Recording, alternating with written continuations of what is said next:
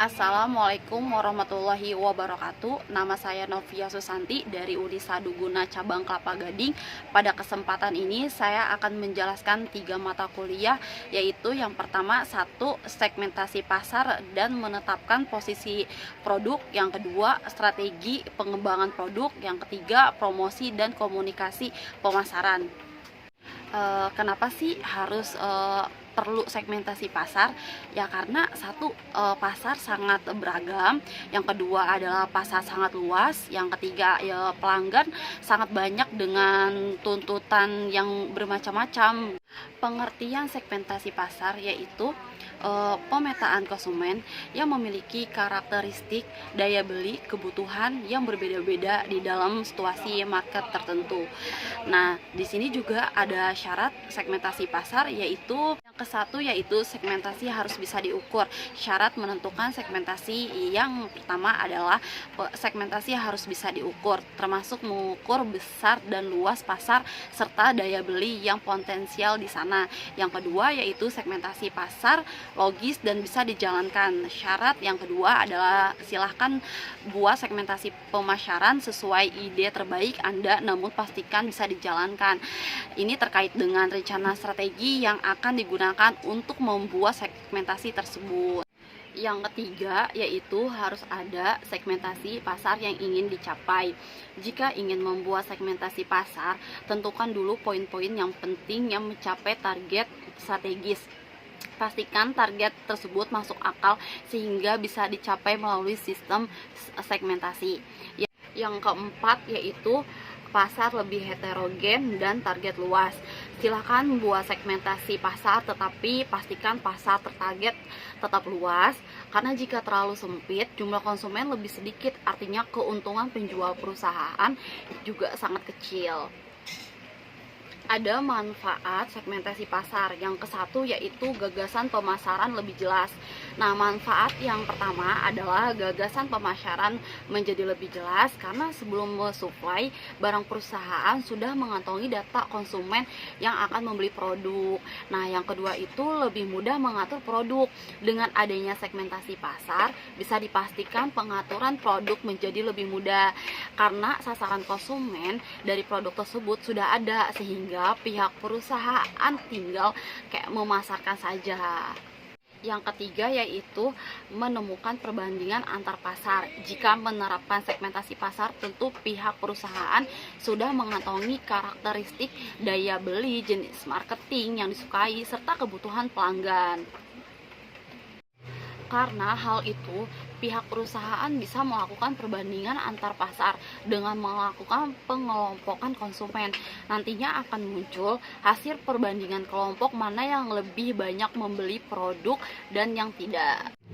Dan ada juga jenis-jenis segmentasi pasar dalam bisnis. Yang ke-1 yaitu segmentasi perilaku.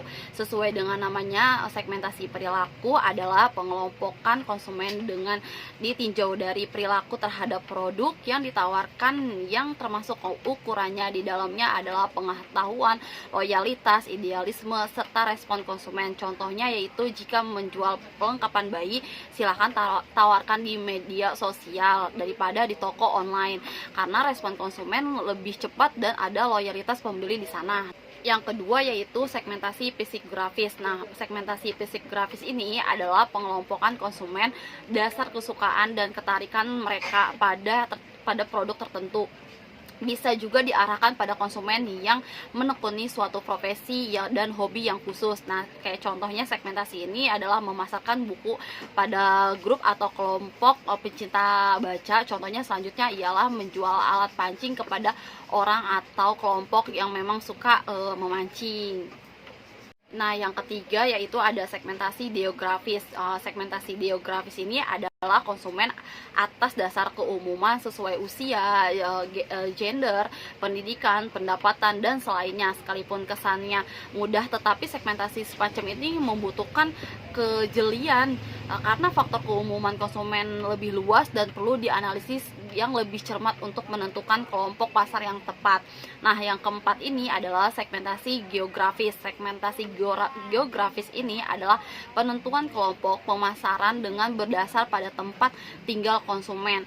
Ini terkait dengan kedaerahan seperti desa, kota, provinsi, dan kepulauan. Di sini saya akan menjelaskan materi yang kedua, yaitu pengembangan produk. Pengembangan produk adalah strategi dan proses yang dilakukan oleh perusahaan dalam mengembangkan produk, memperbaiki produk lama, atau memperbanyak kegunaan produk ke segmen pasar yang ada dengan asumsi pelanggan menginginkan unsur-unsur baru mengenai produk. Nah, di sini juga saya akan menjelaskan tentang tujuan pengembangan produk. Apa sih tujuan pengembangan produk? Nah, tujuan pengembangan produk yaitu untuk memberikan nilai maksimal bagi konsumen, memenangkan persaingan perusahaan dengan memiliki produk yang inovatif, produk yang dimodifikasi, serta mempunyai nilai yang tinggi baik dalam desain, warna, ukuran, kemasan, merek, dan ciri-ciri lainnya. Ada 3 strategi pengembangan produk. Nah, yang ke-1 yaitu strategi peningkatan kualitas. Produsen dapat meningkatkan daya tahan produk atau dengan meningkatkan kehandalan dan kecepatan pelayanan terhadap konsumen. Yang kedua yaitu strategi peningkatan keistimewaan produk.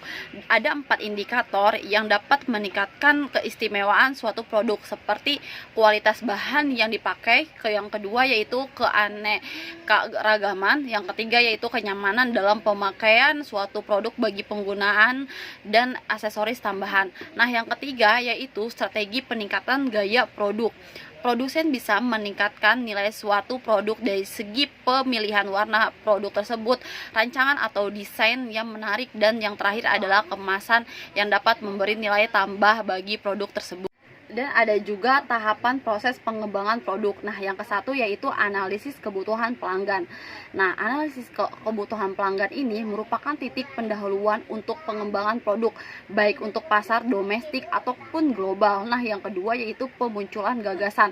Pencarian macam-macam gagasan menjanjikan merupakan titik pangkal dalam proses pengembangan produk baru. Ketiga yaitu penyaringan ide atau evaluasi. Pengevaluasi ide-ide merupakan bagian penting dari perencanaan produk baru. Produk yang berhasil adalah produk yang memuaskan kriteria manajemen untuk keberhasilan komersial. Yang keempat yaitu analisis bisnis.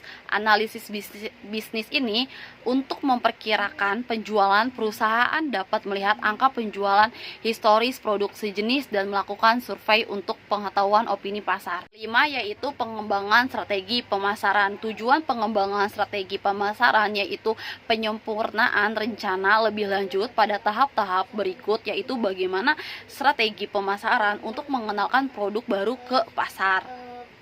Yang keenam yaitu pengembangan produk. Nah, pengembangan produk ini tujuannya yaitu mengkonversikan gagasan ke dalam produk aktual yang aman, memberikan manfaat bagi para pelanggan, dan dapat diproduksi secara ekonomis oleh perusahaan. Nah, yang ketujuh yaitu pengujian produk pasar. Nah, ada juga tahap-tahapan pengujian produk pasar, diantaranya pengujian tentang konsep produk. Nah, yang kedua yaitu pengujian desain produk, pengujian kesukaan konsumen terhadap produk. Nah, yang kedelapan yaitu komersialisasi. Nah, komersialisasi ini yaitu fasilitas sudah disiapkan sedemikian rupa, baik fasilitas produk maupun pemasaran. Nah, yang ketiga yaitu saya akan menjelaskan tentang promosi dan komunikasi pemasaran.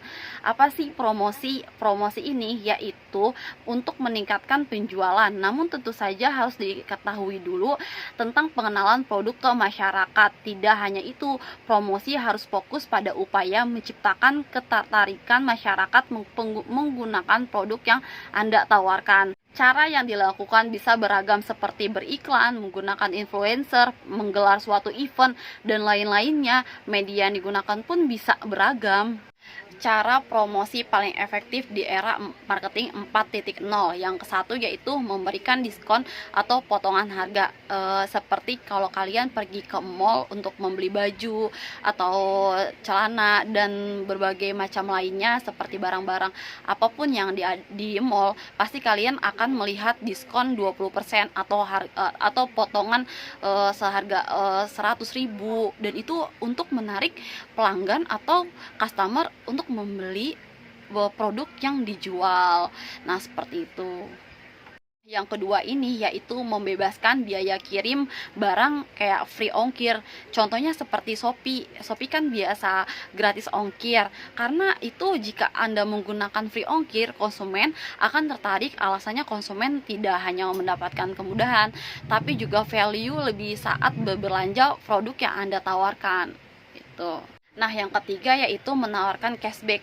Seperti Shopee juga, ketika kalian menggunakan Shopee Pay pasti akan mendapatkan 30 cashback. Nah, cashback ini yaitu kayak pengembalian sejumlah uang setelah konsumen melakukan pembelian. Cashback berlaku jika pembelian yang dilakukan mengikuti syarat yang ditentukan oleh penjual, biasanya berupa pembelian sejumlah nominal tertentu. Nah, yang keempat ini adalah mengadakan flash sale. Flash sale ini yaitu metode penjualan dalam waktu singkat dengan jumlah terbatas dan dibanderol dengan harga murah. Kayak kalau kalian pergi ke Matahari, kalau ada event-event kayak seperti Lebaran, itu bakal ada flash sale, tapi dalam waktu yang singkat, kayak seperti dari jam 2 sampai atau jam 3, atau dari jam 8 malam sampai jam 9 malam kayak. Kelima ini yaitu beli satu gratis satu. Udah nggak diherankan lagi untuk banyak promosi yang buy one get one ini, karena mempromosikan produk ini memberikan tambahan produk lain secara gratis, sudah umum digunakan. Nah, mulai dari produk keperluan rumah tangga hingga makanan. Namun juga jangan salah, langkah ini terbukti masih sangat efektif. Yang kelima ini yaitu memberikan gift. Contohnya seperti kalian membeli handphone dan kalian dapat freean power bank, nah, ataupun soft case ataupun anti gores. Nah, itu pun udah termasuk gift. 7 ini yaitu pengumpulan poin reward. Nah, contohnya seperti Starbucks Rewards atau Sogo Reward atau Matahari Reward. Nah, poin reward ini yaitu salah satu promosi melalui customer loyalty program. Artinya yaitu konsumen yang loyal menggunakan produk Anda berhak mendapatkan penawaran khusus.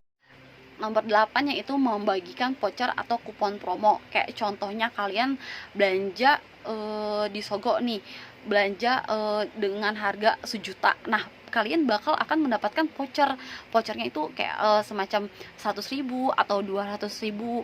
Nah, cara promosi ini tuh kayak membagikan voucher bisa menjadi senjata untuk menarik minat konsumen. Yang ke-9 ini yaitu memberikan garansi. Kayak contohnya kalian membeli. Nah, yang ke-9 yaitu memberikan garansi. Contohnya kalau kalian beli handphone, beli kulkas, beli TV. Nah, itu kan bakal ada garansi kayak 2 tahun, 3 tahun. Nah, konsumen ini akan lebih nyaman ketika membeli produk yang memiliki garansi. Yang ke-9 yaitu menggelar promo liburan. Kayak seperti kalian membeli sesuatu, kalian dapat promo liburan kayak seperti ke Singapura, nah kayak ke Malaysia kayak gitu. Nah, yang ke-11 ini yaitu memberikan tester atau sampel produk. Nah, yang ke-12 ini yaitu menawarkan harga khusus untuk pembelian grosir. Nah, yang ke-13 ini yaitu membagikan giveaway. Kadang contohnya kayak MS Glow, produk MS Glow itu biasanya suka ada giveaway tiap tahunnya, kayak dapat giveaway-nya kayak seperti emas atau apa gitu kan, melalui sosial media. Sekian pemaparan saya, semoga bisa bermanfaat dan bisa membantu. Terima kasih.